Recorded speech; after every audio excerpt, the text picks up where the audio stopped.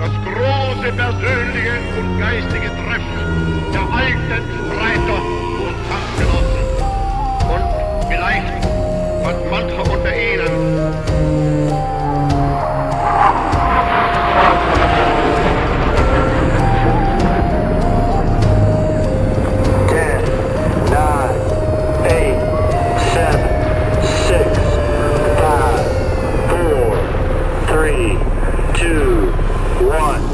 Bienvenidos a Archivos del Tiempo, podcast.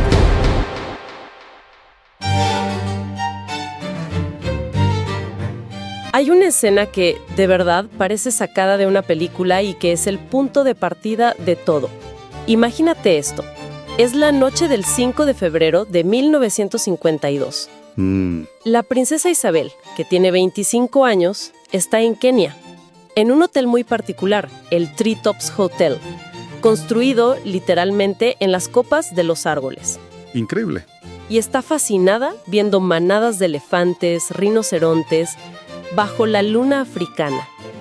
Pero mientras ella duerme, totalmente ajena a todo, a miles de kilómetros, en Inglaterra su padre, el rey Jorge VI, muere. Y es que lo increíble de esa escena es el contraste tan brutal.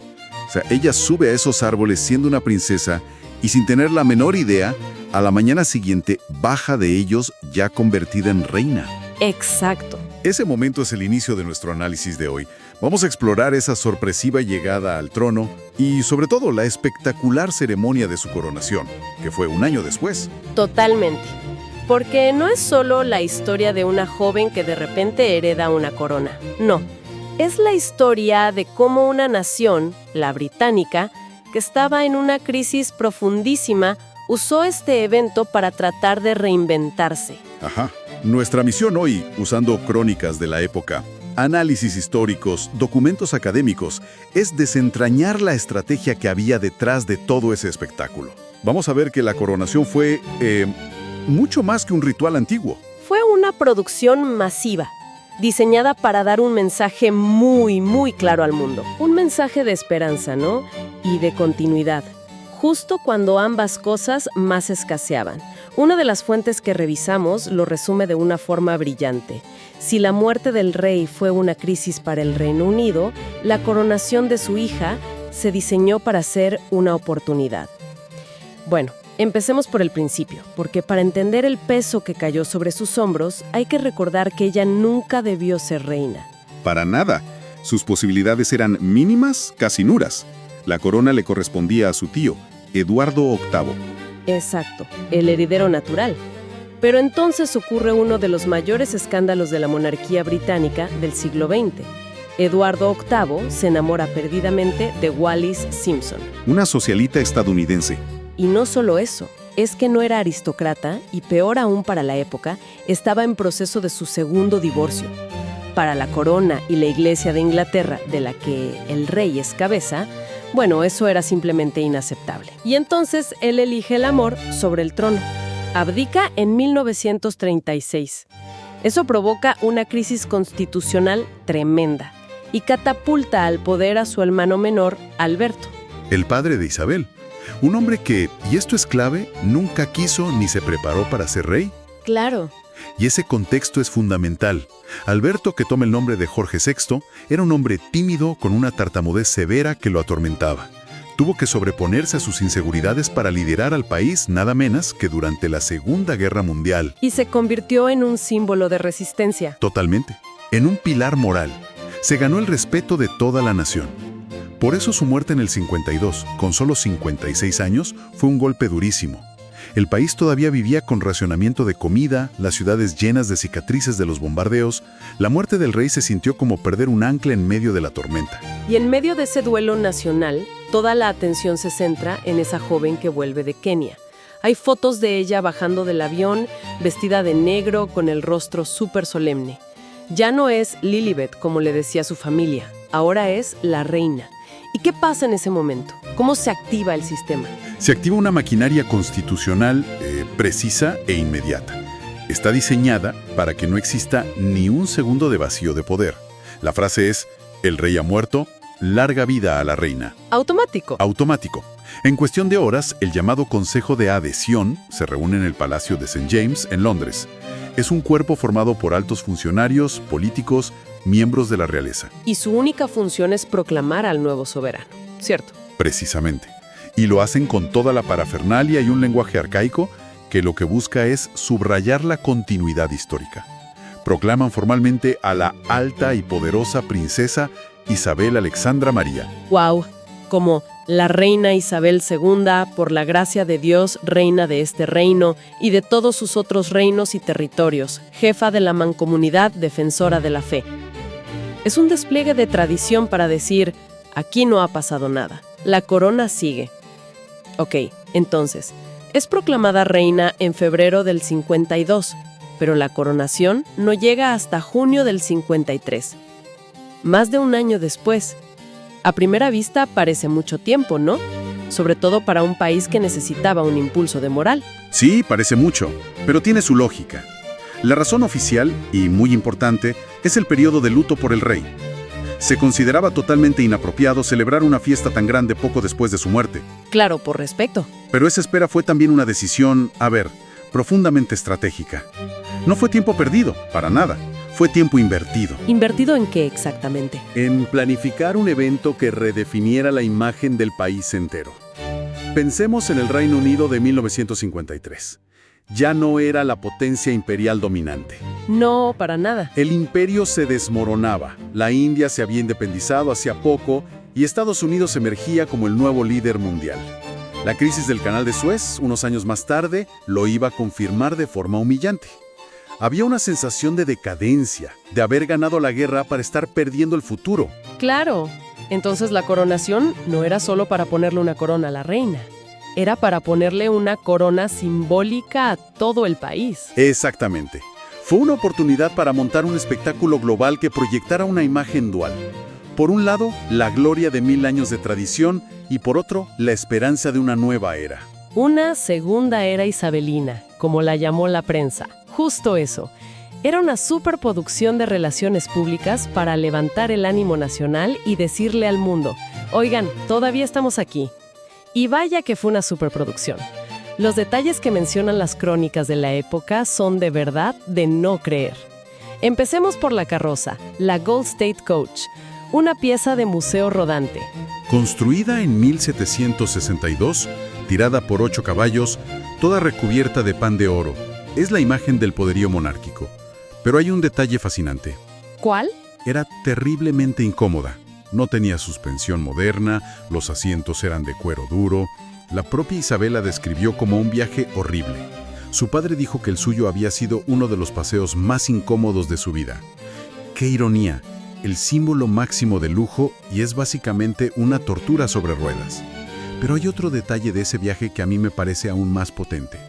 Ella viajaba completamente sola dentro de la carroza. Sí, y esa imagen es una metáfora visual perfecta de lo que estaba a punto de suceder, la soledad del poder.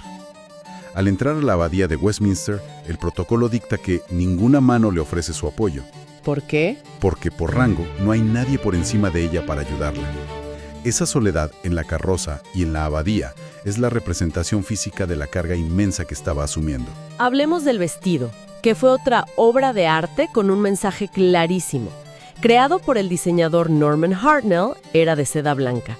Pero lo clave eran los bordados. Sí, en lugar de ser un diseño genérico, Hartnell bordó con hilos de oro, plata y perlas los emblemas florales de los países que en ese momento formaban la Commonwealth. A ver. Estaba la rosa Tudor de Inglaterra, el cardo de Escocia, el trébol de Irlanda del Norte, la hoja de arce de Canadá, el helecho de Nueva Zelanda, la acacia de Australia. O sea que el vestido era un mapa político, un mensaje diplomático andante. Absolutamente. Era un gesto visual para decir, el imperio se está transformando en una mancomunidad de naciones iguales y yo soy la cabeza de esta nueva familia. Una jugada diplomática brillante. Y hay un detalle secreto, un pequeño toque humano. Me encantan los detalles secretos. Hartnell, sin decirle a la reina, bordó un trébol de 4 hojas oculto en el lado izquierdo de la falda, justo donde la mano de ella descansaría durante la ceremonia. Como un amuleto personal de buena suerte. ¡Qué gran detalle! Un pequeño gesto. Y luego, el momento culminante, la corona. Pero no la que vemos normalmente, sino la corona de San Eduardo, que solo se usa para la coronación. Una pieza de un peso abrumador. Y no solo simbólico, es de oro macizo, de 1661 y pesa más de 2 kilos. ¿2 kilos? Sí, está adornada con casi 3.000 diamantes y cientos de otras gemas. El peso es tal que es físicamente imposible bajar la cabeza para leer un papel sin arriesgarte a una lesión seria en el cuello. Espera. ¿Me estás diciendo que el peso de la corona la obligó a cambiar la forma en que trabajaría por el resto de su vida? Sí.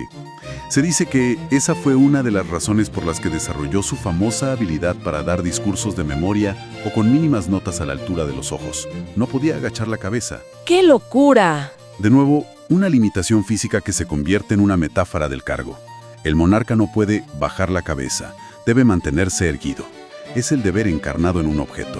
La carroza incómoda, el vestido político, la corona pesadísima. Todo parece diseñado para recordar el sacrificio del rol. Pero el elemento más disruptivo, el que de verdad cambió las reglas del juego, fue una decisión impulsada por su esposo, el príncipe Felipe. La televisión. En 1953, la televisión era una tecnología nueva, emocionante, y para muchos, un poco vulgar.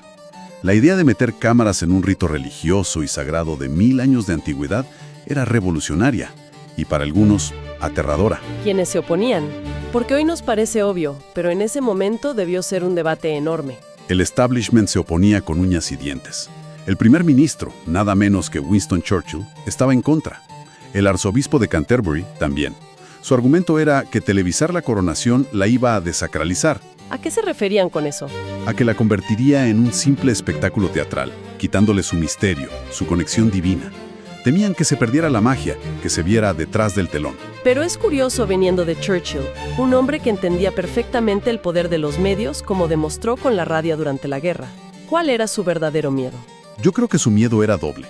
Por un lado, el miedo genuino de un tradicionalista a que la mística de la monarquía se evaporara bajo la cruda luz de los focos. Y por otro, una preocupación casi paternalista por la joven reina. Claro, tenía solo 27 años. Exacto. Estaría bajo una presión inmensa y cualquier error, cualquier gesto de nerviosismo, quedaría grabado para siempre. Quería protegerla a ella y a la institución. Y sin embargo se hizo. ¿Cómo ganaron Felipe y los modernizadores el debate? Bueno, Felipe argumentó que la monarquía tenía que adaptarse o morir. Si querían conectar con la gente en la nueva era, no podían hacerlo a puerta cerrada. La reina finalmente estuvo de acuerdo con él. Se llegó a un compromiso. ¿Cuál fue el acuerdo? Las cámaras de la BBC podrían entrar, pero se les prohibió tomar primeros planos del rostro de la reina y, crucialmente, no podrían filmar los dos momentos más sagrados, la unción con el aceite santo y la comunión. Durante ese ritual, la pantalla se oscurecía para la audiencia. Aún así, el impacto fue gigantesco. Las cifras que citan las fuentes son una locura, absolutamente sísmicas para la época. Más de 20 millones de personas vieron la ceremonia en el Reino Unido, casi la mitad de la población. Para ponerlo en perspectiva, la venta de televisores se duplicó en los meses previos al evento. La gente compraba un televisor para ver la coronación. Exacto. Familias enteras, vecinos, se reunían en la sala de la única casa del barrio que tenía uno. Fue increíble. Convirtió un acto de Estado que antes estaba reservado para la élite en la abadía en una experiencia comunitaria, un momento de unión nacional. Los sociólogos de la época lo llamaron un acto de comunión nacional. Unió al país frente a la pantalla en un momento de mucha incertidumbre. Y aunque a la BBC se le prohibieron los primeros planos, las fuentes dicen que no cumplieron la regla del todo. Ah, no. No, hubo tomas cercanas que mostraron la solemnidad, el peso de la responsabilidad en el rostro de esa joven. Y eso, en lugar de desacralizarla, la humanizó. La gente no vio a un ser divino, vio a una mujer asumiendo un sacrificio monumental por ellos. Creó un vínculo emocional potentísimo.